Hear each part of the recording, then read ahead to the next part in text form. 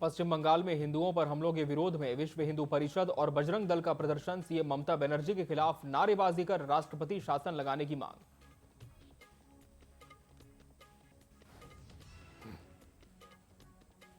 हर की पौड़ी की गरिमा से खिलवाड़, अमर्यादित पोस्टर के साथ वीडियो वायरल, लोगों की धार्मिक भावनाएं हुई आहत। पुलिस ने तुरंत युवक को लिया हिरासत में।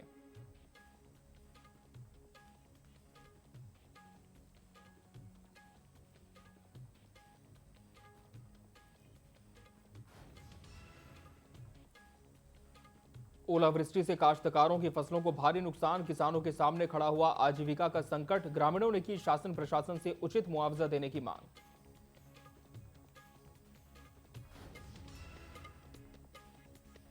काशीपुर में एंटी ह्यूमन ट्रैफिकिंग यूनिट की बड़ी कार्रवाई। रेस्टोरेंट की आड़ में चला रहा था सेक्स रैकेट। 2 नाबालिग लड़के और लड़कियों को संदिग्ध हालत में किया गिरफ्तार। पुलिस को रेस्टोरेंट मालिक की तलाश।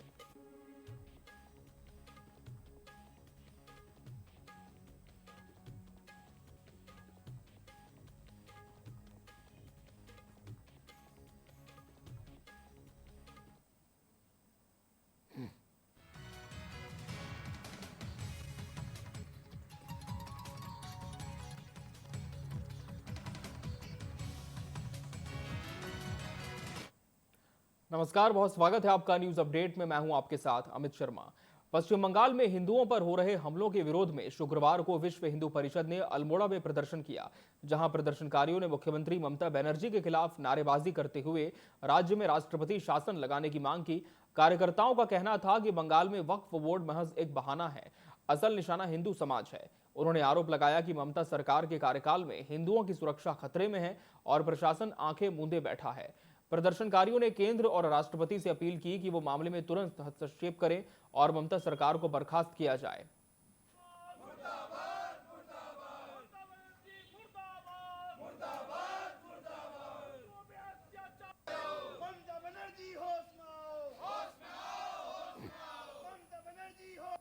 आज हम यहाँ चौगान बाटे में महामहिम राष्ट्रपति जी को वहाँ पश्चिम बंगाल में ऐसी दुर्दशा हिंदू समाज की एक राजनीतिक षड्यंत्र के कारण की जा रही है। वक्फ बोर्ड तो एक बहाना है, लेकिन कहीं और निशाना है, हिंदू समाज निशाना है।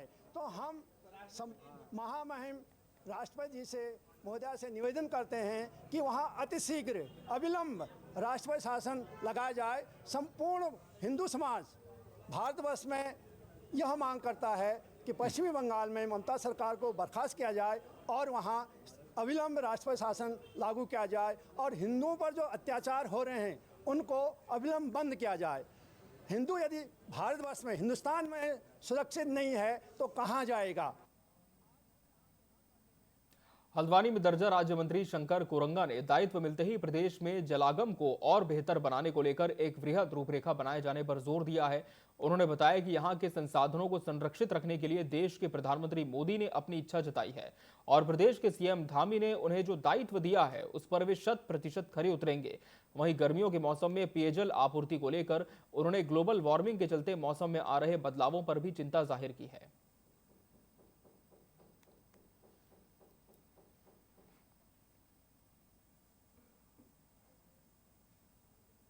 माननीय मुख्यमंत्री जी ने, हमारे जनप्रिय लोकप्रिय मुख्यमंत्री माननीय पुष्कर सिंह धामी जी ने जो विश्वास जताया है और केंद्रीय नेतृत्व और प्रदेश नेतृत्व के द्वारा जो उम्मीद की है, उस उम्मीद पर पूरा खरा उतरने का प्रयास करेंगे और जनता के हितों को ध्यान में रखते हुए कार्य करेंगे। मैं तो एक कार्यकर्ता हूँ, कार्यकर्ता की भावना से काम करने के लिए कार्य करूँगा और एक पूर्ण विश्वास के साथ, जिसमें प्रदेश का हित हो और सरकार की छवि अच्छी हो और पूरी ईमानदारी और कर्तव्य निष्ठा के साथ इस कार्य को करने का। वर्तमान समय में गर्मी के दिनों की बात होती है, ये एक भौगोलिक कारणों से भी, क्योंकि पहले क्या है, वर्षा करीबन 6-6, 7-7 दिन होती थी, अब बरसात भी कम हो रही है।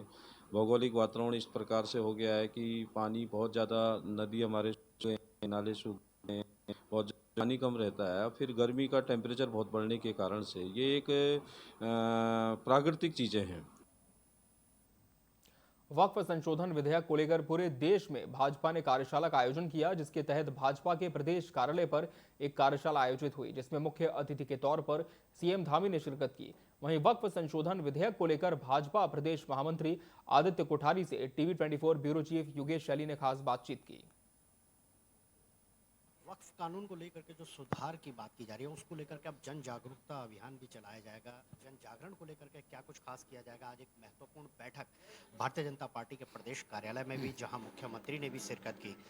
इसके लिए हम खास बातचीत करते हैं कि क्या कुछ रहा बैठक में खास। उसके लिए प्रदेश महामंत्री भारतीय जनता पार्टी के आदित्य कोठारी जी हमारे साथ हैं। तो कोठारी जी, आपसे जानना चाहेंगे आज की जो बैठक रही, किन मुद्दों पर फोकस थी।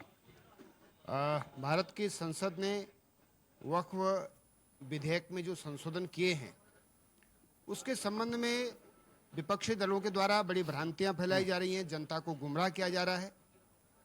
तो इसका सही संदेश जनता तक पहुंचे, विधेयक की मुख्य विशेषताएं जनता तक पहुंचे और नरेंद्र मोदी जी का जो अल्पसंख्यक समुदाय के प्रति जो विकास का एजेंडा है वो जनता तक पहुंचे। इसके लिए भारतीय जनता पार्टी के द्वारा जन जागरण अभियान चलाया जा रहा है।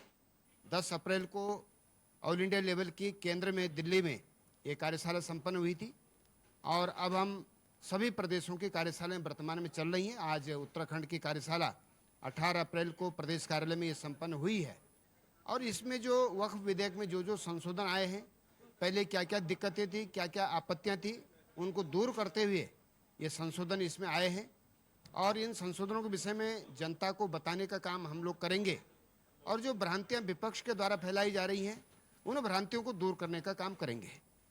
सुप्रीम कोर्ट ने भी इसमें एक अपनी तरफ से एक निर्देश भी दिया है, गाइडलाइन भी दी है कुछ चीज़ों को लेकर के।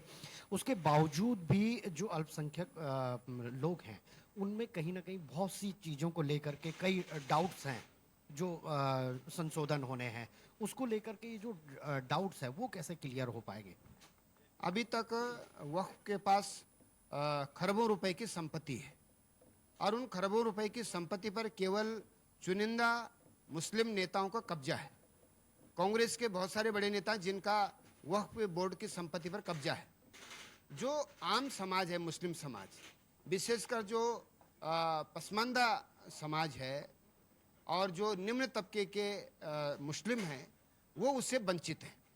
जबकि वक्फ केवल जो है समाज के कल्याण के लिए किया जाता है, गरीबों की मदद के लिए किया जाता है, लेकिन उसमें बड़े बड़े धनाढ्य लोग, प्रभावशाली नेता उसमें काबिज हैं और लाखों एकड़ जमीन चंद लोगों के द्वारा उसका उपयोग हो रहा है। तो हमारी केंद्र सरकार का मंशा है, मंतव्य है, नरेंद्र मोदी जी की इच्छा है कि जो लाखों करोड़ रुपए की जो जमीन है, जो प्रॉपर्टी है, जितनी भी संपत्तियां हैं, उसका उपयोग मुस्लिम समाज के उस वंचित वर्ग के लिए भी हो, उनकी शिक्षा व्यवस्था के लिए हो, उनके स्वास्थ्य व्यवस्था के लिए हो, उनके रोजगार के लिए उसका उपयोग हो। इसलिए वक्फ संशोधन विधेयक पास किया गया है, उसको देश में लागू किया गया है। वक्फ कानून को लेकर के जो सुधार की बात की जा रही है, उत्तराखंड विद्यालय शिक्षा परिषद ने 10वीं और 12वीं कक्षा का रिजल्ट कल बोर्ड के सभागार में घोषित किया। वहीं हाई स्कूल की परीक्षा में कमल सिंह चौहान, विवेकानंद मंडल शेर व जतिन जोशी कुसुमखेड़ा ने 496 अंक प्राप्त कर प्रदेश की सर्वश्रेष्ठ सूची में संयुक्त रूप से सर्वोच्च स्थान प्राप्त किया है।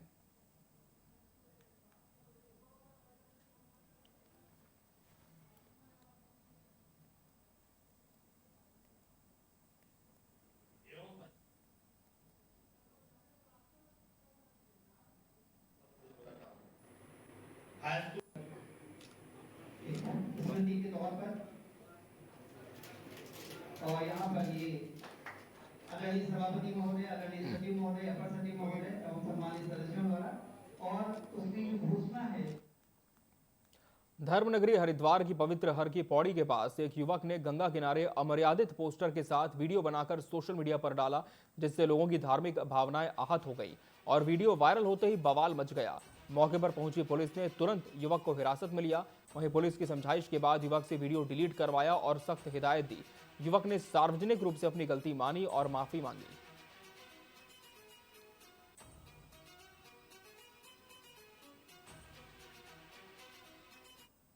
दिग्विजय सैनी है मेरे पिताजी का नाम। अमित सैनी है। मैं हरिद्वार का रहने वाला हूँ। मेरे द्वारा इंस्टाग्राम पे कल एक अपशब्दों में गंगा किनारे वीडियो अपलोड कर दी थी मैंने। उस चीज के लिए मैं पुलिस विभाग से और जिन भाइयों को मेरी वीडियो से ठेस पहुंची है, मैं उन सबसे हाथ जोड़ के क्षमा मांगता हूँ। यूट्यूबर और इंस्टाग्राम भाइयों से मैं अपील करता हूँ कि इस तरह की कोई भी वीडियो आप लोग भी ना बनाएं। खबर चमोली से है, जहां बारिश और ओलावृष्टि से किसानों को भारी नुकसान पहुंचा है। गेहूं की फसल चौपट हो गई है, जिससे किसान परेशान नजर आ रहे हैं। परेशान किसानों ने शासन प्रशासन से नुकसान की भरपाई की मांग की। किसानों का कहना है कि उन्हें उचित मुआवजा दिया जाए।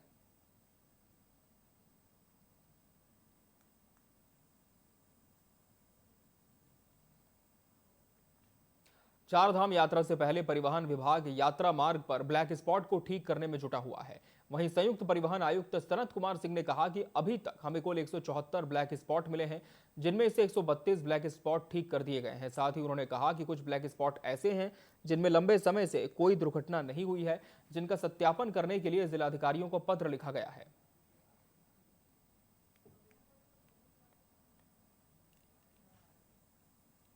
जो प्रेजेंट स्टेटस है हमारे पास, हम अब तक हमारे पास 174 ब्लैक स्पॉट, 174 जब हम कहते हैं तो टोटल हैं। पिछले 6-7 साल जब से हमने कलेक्ट करना शुरू किया, ये टोटल नंबर 174 जो बने, और 174 में से 132 का रेक्टिफिकेशन किया जा चुका है। कुछ ब्लैक स्पॉट्स ऐसे हैं जिन पे कोई दुर्घटना नहीं हुई है, उनको एक बार हमारे पास इसकी लिस्ट है, उसका वेरिफिकेशन के लिए हमने जिलाधिकारियों को पत्र लिखे हुए हैं कि उनके यहाँ से एक बार और वेरिफिकेशन हो जाए कि वहाँ दुर्घटना अब नहीं हो गई रही है, दुर्घटना शून्य क्षेत्र हो गया, तो उनको हम लोग लिस्ट से हटा देंगे। हरिद्वार में मौसम को देखते हुए जिलाधिकारी कर्मेंद्र सिंह ने जानकारी देते हुए बताया कि अगले 24 घंटों में कई अलग अलग स्थानों पर बिजली, ओलावृष्टि के साथ तेज आंधी तूफान आने की संभावना है। जिलाधिकारी ने जनता से अपील की है कि आगामी 24 घंटे यात्राएं करने में सावधानी बरतें व बहुत ज्यादा आवश्यक होने पर ही यात्रा करें।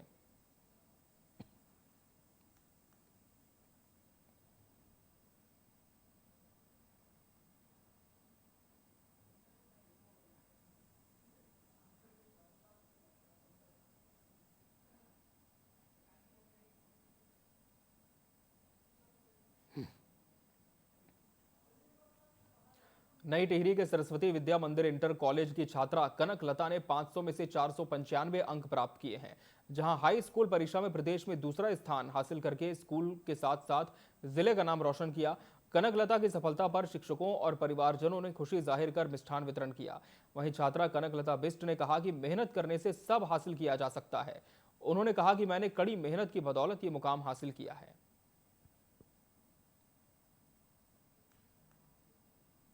मैं बहुत अच्छा महसूस कर रही हूँ और मेरा दूसरा स्थान है राज्य में।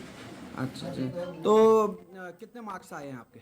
मेरे 495 मार्क्स आए हैं। हाँ। पहले जब मेरी पीडब्ल्यू की क्लास आती थी तो उसमें वो 1.5 घंटे की क्लासेस होती थी, तो एक दिन में 2 क्लासेस आती थी।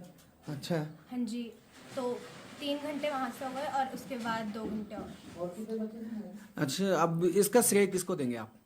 इसका श्रेय सबसे पहले तो मैं अपने गुरुजनों को दूंगी, उसके बाद मैं अपने पेरेंट्स को दूंगी। रुद्रप्रयाग से खबर है, जहां बीती रात ओलावृष्टि से काश्तकारों की गेहूं की फसलों को भारी नुकसान हुआ है, जिसके चलते काश्तकारों के सामने आजीविका का संकट खड़ा हो गया है। ग्रामीणों ने शासन प्रशासन से फसलों के नुकसान का उचित मुआवजा देने की मांग की है।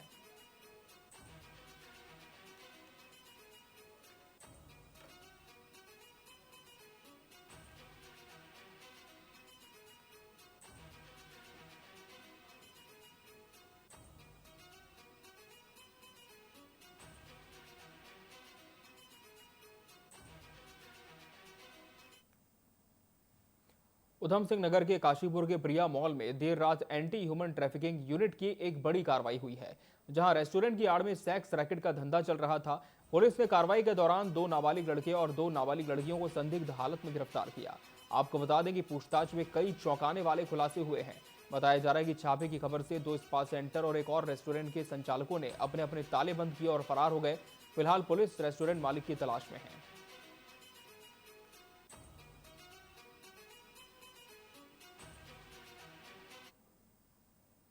चेकिंग चल रही है। आज हम प्रिया मॉल में यहाँ पे शिकायतें मिल रही थी, तो यहाँ रूटीन चेकिंग में आए हुए थे।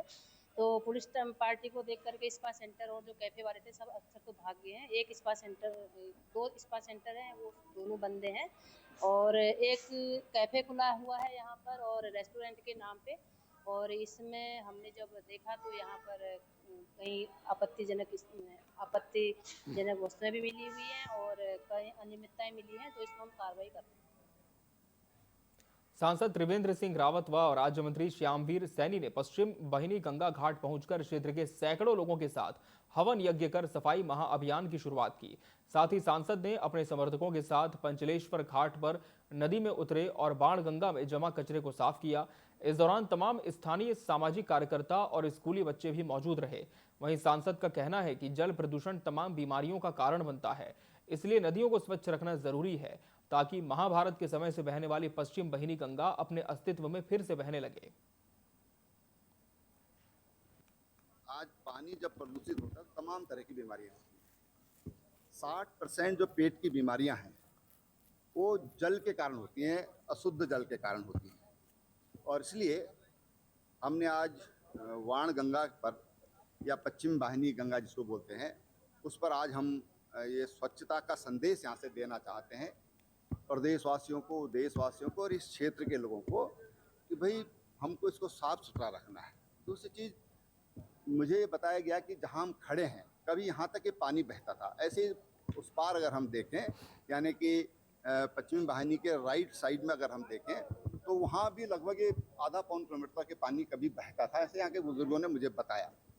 आज ये सिमट कर नाला बनकर रह गई है, तो अगर हम इसकी शुरुआत करेंगे तो एक बार फिर इसका पुनर्जनन होगा, इसमें पानी की मात्रा बढ़ेगी और वही पानी की मात्रा बढ़ेगी तो जल जब बहता रहेगा वो जल हमेशा शुद्ध होता है। कि पश्चिमी बहनी जो हमारी गंगा माँ है, इसकी सफाई का जो अभियान इन्होंने अपने कंधों पे ले लिया है, मुझे लगता है कि जैसे किसी जमाने में शायद भगवान भगीरथ ने ये प्रयास किया होगा और आज ये छोटा सा प्रयास, इसे भी मैं भगीरथ प्रयास ही कहूँगा क्योंकि गंगा को समर्पित है ये प्रयास। और सांसद जी ने बिल्कुल बीड़ा उठाया कि उत्तराखंड का जितनी भी सीमा है, ये हमारी पश्चिमी गंगा के बहने के जो उद्गम स्थल से और उत्तर प्रदेश की सीमा तक निश्चित रूप से 1 मई को जब दोबारा हम इस अभियान को लेकर चलेंगे, क्योंकि आज शुरुआत है केवल, 1 मई को आप देखेंगे कि जो उत्तराखंड का जितना भी हिस्सा हमारे पश्चिमी बहनी गंगा का है वो पूरा सफाई दिखाई देगा आपको और ये घाट आपको चमकते हुए दिखाई देंगे। उत्तराखंड के पुलिस महानिदेशक दीपम सेठ ने बॉर्डर पर तैनात सेना के जवानों, भूतपूर्व सैनिक, अर्धसैनिक बलों के जवानों और पुलिस पेंशनर्स के कल्याण के लिए नोडल अधिकारी नियुक्त करने के निर्देश दिए हैं ताकि इन सभी की कोई समस्या हो तो उसका पुलिस के स्तर से हल किया जाए। इसके साथ ही डीजीपी ने पेंशन से संबंधित समस्याएं, चिकित्सा सहायता, परामर्श सेवाएं एवं वेलफेयर गतिविधियों को समयबद्ध ढंग से संचालित करने के निर्देश दिए।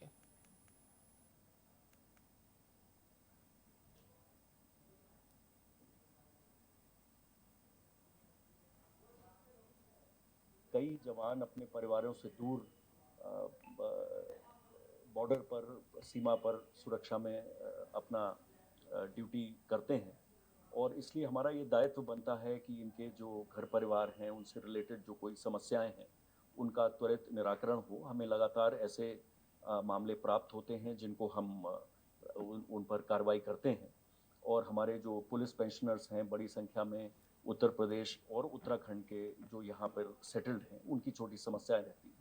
तो इसलिए ये निर्णय लिया गया कि प्रत्येक जनपद में और मुख्यालय स्तर पर एक नोडल अधिकारी जो कि इनके निराकरण के बारे में लगातार मॉनिटर भी करे और उसके बारे में जो भी कार्रवाई हुई है वो उन सैनिकों तक पहुँचे जिससे कि वो आश्वस्त हों कि उनके द्वारा जो भी समस्या उठाई गई थी उसका कुछ हल निकाल लिया गया।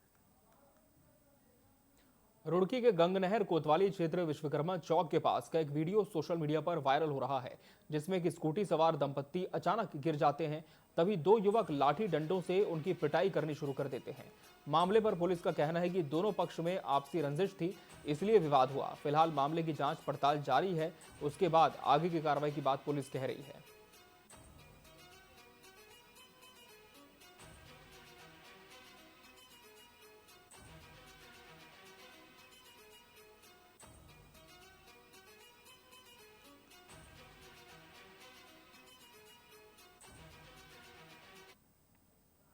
2 लोग उस वीडियो में किसी व्यक्ति को पीटते हुए दिख रहे हैं। उनके खिलाफ चूँकि कल तहरीर नहीं आ पाई थी, वो मेडिकल का वगैरह करा रहे थे, तहरीर आने पर तुरंत मुकदमा दर्ज हो गया और शायद हो गया होगा और आगे जो उसमें लीगल एक्शन लिया जाना है उनके खिलाफ लीगल एक्शन। रंजिश शायद इसमें भी पहले से कुछ आपस में मनमुटाव था। अब उस हीट ऑफ द मोमेंट में उस पर्टिकुलर टाइम पे शायद किसी बात को लेके दोनों आपस में झगड़े हैं। दोनों क्या झगड़े, एक पक्ष जो 2 लड़के हैं वो मारते हुए देख रहे हैं उस शख्स को, तो कुछ क्या कारण है वो जांच का विषय, उसमें पता करेंगे। हरिद्वार से खबर है, जहां लघु व्यापार एसोसिएशन के प्रांतीय अध्यक्ष संजय चोपड़ा ने संगठन का विस्तार किया है। महिला मोर्चे का अध्यक्ष कामिनी मिश्रा व महामंत्री गीता देवी को बनाया गया है। वहीं प्रांतीय अध्यक्ष संजय चोपड़ा ने कहा, मां गंगा के घाटों पर कारोबार करने वाली महिला स्ट्रीट वेंडर्स की एक बड़ी संख्या है, जिसको लेकर केंद्र और राज्य सरकार महिला सहायता समूह उद्यमिता योजनाएं चलाई जा रही हैं।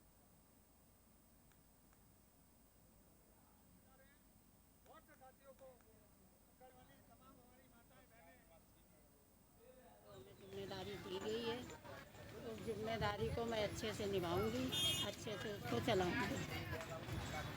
संगठन बहुत बढ़िया है, अच्छा है, जहाँ बोल दो वहीं जाता है। संगठन हमारा बहुत बढ़िया है, संगठन हमारे साथ है, संगठन हमारा यही है। घाट पर जो बिंदी चूड़ी माला बेचने वाली माताएं बहनें हैं, उनको एक संगठित करते हुए एक संगठन का निर्माण किया है महिला मोर्चे का, लघु व्यापार एसोसिएशन महिला मोर्चे का, जिसमें कामनी बहन जी को हमने जो है अध्यक्ष के रूप में चुना है और गीता देवी हमारी महामंत्री के रूप में, सीमा जी हमारी कोषाध्यक्ष के रूप में, और भी हमारी इंदिरा देवी हैं, मुन्नी देवी हैं, और भी हमारी बहुत सारी माताएं बहनें यहाँ पर आपने देखा सम्मिलित हुई हैं इस कार्यक्रम में। हमारा एक ही मकसद है कि जो महिला सशक्तिकरण का जो कानून है, मुख्यमंत्री उद्यमिता योजना है, उसका लाभ हमारे को असंगठित क्षेत्र की महिलाओं को भी मिलना चाहिए। चमोली जिले से खबर है, जहां के बिरही निजमुला मोटर मार्ग पर गाड़ी गांव के पास एक दर्दनाक सड़क हादसा हुआ, जहां एक कार गहरी खाई में गिरकर दुर्घटनाग्रस्त हो गई, जिसमें कार में सवार सभी 5 व्यक्तियों की मौके पर मौत हो गई। पुलिस ने सभी शवों को जिला अस्पताल पोस्टमार्टम के लिए भेजा है।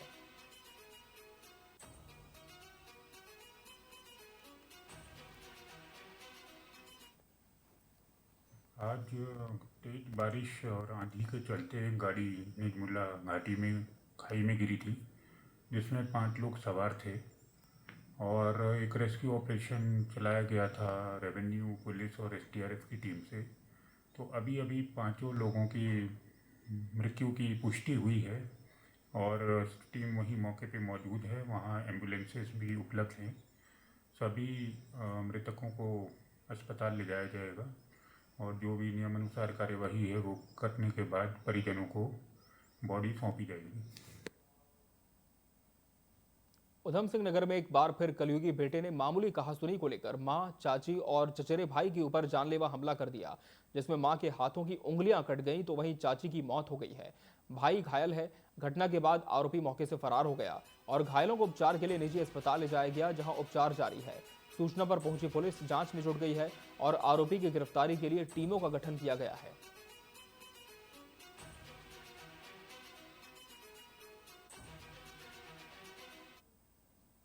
सैंकी नाम का लड़का है, सैंकी चौहान, जो कि जिसकी उम्र 19 से 20 साल है और ये ग्राम मेघावाला जो कि हमारी चौकी पतरामपुर थाना जसपुर के निवासी हैं।